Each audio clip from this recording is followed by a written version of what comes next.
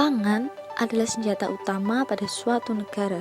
Bahkan, pangan bisa mengendalikan politik di negara itu. Adanya coronavirus disease seperti sekarang ini, tentu tidak ada negara yang siap untuk menghadapinya. Reaksi mereka bisa jadi beragam. Namun, satu yang jelas, semua negara mengamankan diri sendiri. Kita tahu bahwa pada masa pandemi, banyak negara yang menutup atau membatasi perdagangan, seperti Thailand dan Vietnam, langsung menutup perdagangan pangan mereka. Pada awal pandemik di Indonesia saja, sudah menyebabkan harga gula naik secara signifikan. Faktor utamanya adalah pabrik di kala itu belum siap menggiling. Import belum masuk, dan ketika import mau masuk, malah ada COVID. Pelajaran yang bisa dipetik dari kasus ini adalah bahwa ketahanan pangan dimulai dari diri kita sendiri. Makanan sehari-hari kita apa sih? Contoh saja nasi. Dulu McDonald's tidak menyediakan nasi dan justru menyediakan kentang. Tetapi ketika masuk di daerah Asia dengan budaya nasinya, mereka mulai menyediakan nasi. Dari sini kita dapat melihat bahwa ketahanan pangan itu adalah budaya. Perubahan inilah yang tidak bisa kita hindari. Ketika kita melihat budaya lama sebagai sesuatu yang sudah tidak zaman, maka kita harus mencoba mengembangkannya kembali supaya lebih menarik dan modern. Seperti kemasan dibuat lebih menarik, rasanya lebih enak, dan kemasan dibuat lebih kecil agar bisa dibuat cemilan. Jika kita melihat kebutuhan beras pada masa pandemi seperti ini sebenarnya beragam, karena setiap orang memiliki rata konsumsi beras per tahun yang berbeda-beda. Anggap saja kita mengonsumsi 100 kg beras per tahun. Berarti jika dikalikan dengan penduduk Indonesia yang sebanyak 270 jutaan, maka kebutuhan totalnya adalah sekitar 27-28 juta ton. Sedangkan produksi beras di Indonesia sendiri adalah pada angka 30 juta ton, bahkan lebih. Seharusnya dengan angka ini cukup untuk memenuhi kebutuhan pangan di Indonesia sendiri.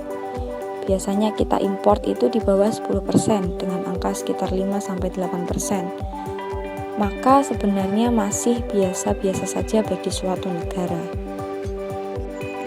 Ketahanan pangan itu jangan dilihat atau difokuskan pada pangannya, tapi fokuskan pada ketahanannya. Ketahanan sendiri dimensinya ada budaya, politik, dan keamanan. Pola pikir kita yang harus dirubah yaitu bagaimana kita memperkenalkan makanan budaya sendiri ke bangsa sendiri, daripada memfokuskan diri untuk melihat kultur bangsa lain. Ketahanan pangan juga tak lepas dari permainan politik internasional. Contohnya bisa kita lihat pada tahun 70-an ada krisis pangan, kemudian ada sidang pangan dunia, dan Amerika mengatakan bahwa food is a weapon.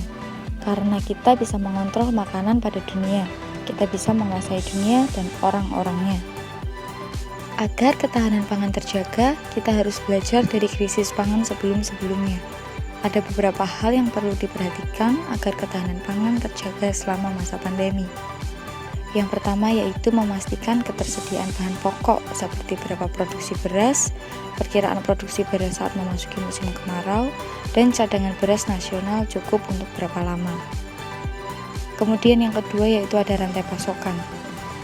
Agar sesuai dengan dinamika kebutuhan masyarakat, petani mendapat perlindungan, hindari praktek yang tidak sehat, menerapkan prinsip tata kelola yang baik, Satgas Pangan dan kepolisian mengawasi rantai pasok dan stok pangan. Kemudian yang terakhir, yaitu menjaga agar bahan-bahan pokok terjangkau oleh rakyat. Jadikan pandemi sebagai momentum besar-besaran dalam kebijakan sektor pangan.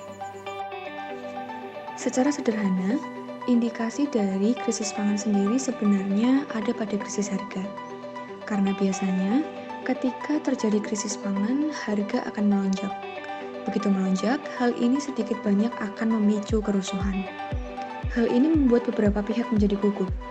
Akibatnya, biasanya negara-negara produsen pangan akan menutup ekspornya karena takut ke depannya akan terjadi hal-hal lain yang tidak diinginkan. Maka, negara-negara produsen pangan biasanya akan memproteksi dirinya sendiri dulu. Ketika itu terjadi, biasanya negara-negara kaya seperti Timur Tengah, uangnya menjadi seolah tidak laku. karena tak dapat menukarnya dengan bahan pangan dari negara yang sedang memproteksi dirinya sendiri itu. Dari hal ini, dapat kita simpulkan bahwa negara itu harus mengutamakan ketahanan pangannya sendiri dan tidak tergantung pada negara lain, tak tergantung pada pasar dunia. Namun meski begitu, negara-negara seperti Arab dan Cina juga memiliki cara sendiri dalam mengatasi ketahanan pangan. Mereka tahu bahwa sumber daya alam negaranya tidak dapat memenuhi kebutuhan mereka, sehingga mereka mencari negara lain sebagai lahan menanam pangan untuk negaranya, seperti di Afrika. Dilihat dari sisi perekonomian, pada triwulan ketiga tahun 2020, pertumbuhan ekonomi Indonesia mulai kembali ke jalur positif, di mana pertumbuhannya menjadi minus 3,49% dari yang tadinya minus 5,32%. Pada triwulan keempat, proyeksi pertumbuhan berada pada angka minus 1,6% sampai 0,6%. Sektor pertanian menjadi salah satu sektor yang selalu tumbuh positif, meskipun dalam keadaan pandemi seperti saat ini. Kontribusi nilai ekspor impor sektor pertanian mencapai nilai 0,4 miliar US dollar atau sebesar 3% dari total ekspor Indonesia. Hal ini terbilang cukup baik, sejalan dengan perkembangan signifikan pada sektor pangan di seluruh dunia. Tak hanya untuk merespon krisis pangan akibat pandemi, tetapi juga karena sejalan dengan melonjaknya populasi manusia seluruh dunia.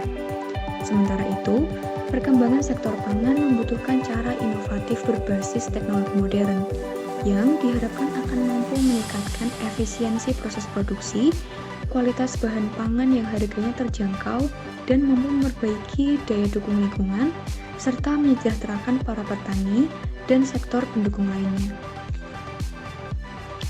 Pemerintah dalam hal ini akan meningkatkan peran sentral korporasi petani agar dapat mengedepankan nilai tambah on-farm dan off-farm, serta mendukung model bisnis kolaboratif inklusif sehingga dapat mendongkrak sektor pangan sebagai kekuatan ekonomi baru yang membuka lapangan kerja dan menjadi sumber kesejahteraan masyarakat Indonesia. Nah, program pemerintah yang terus dijalankan untuk memperkuat ketahanan pangan dan peningkatan kesejahteraan petani diantaranya, yang pertama ada pengembangan food estate berbasis korporasi dalam kerangka penguatan sistem pangan nasional. Yang kedua, ada diversifikasi produksi dan konsumsi pangan. Yang ketiga, adanya pengembangan kawan hortikultura berorientasi ekspor dengan model kemitraan Creating Shared Value atau CSV antara pemerintah pusat, pemerintah daerah, swasta, dan petani. Yang keempat, ada kemitraan inklusif closed loop pada komunitas hortikultura sebagai bentuk implementasi sinergi antara akademisi, pemerintah, bisnis, dan komunitas. Dan yang terakhir ada pengembangan korporasi petani dan nelayan dengan arah menuju sistem agribisnis hulu hilir yang mengedepankan pemberdayaan mereka.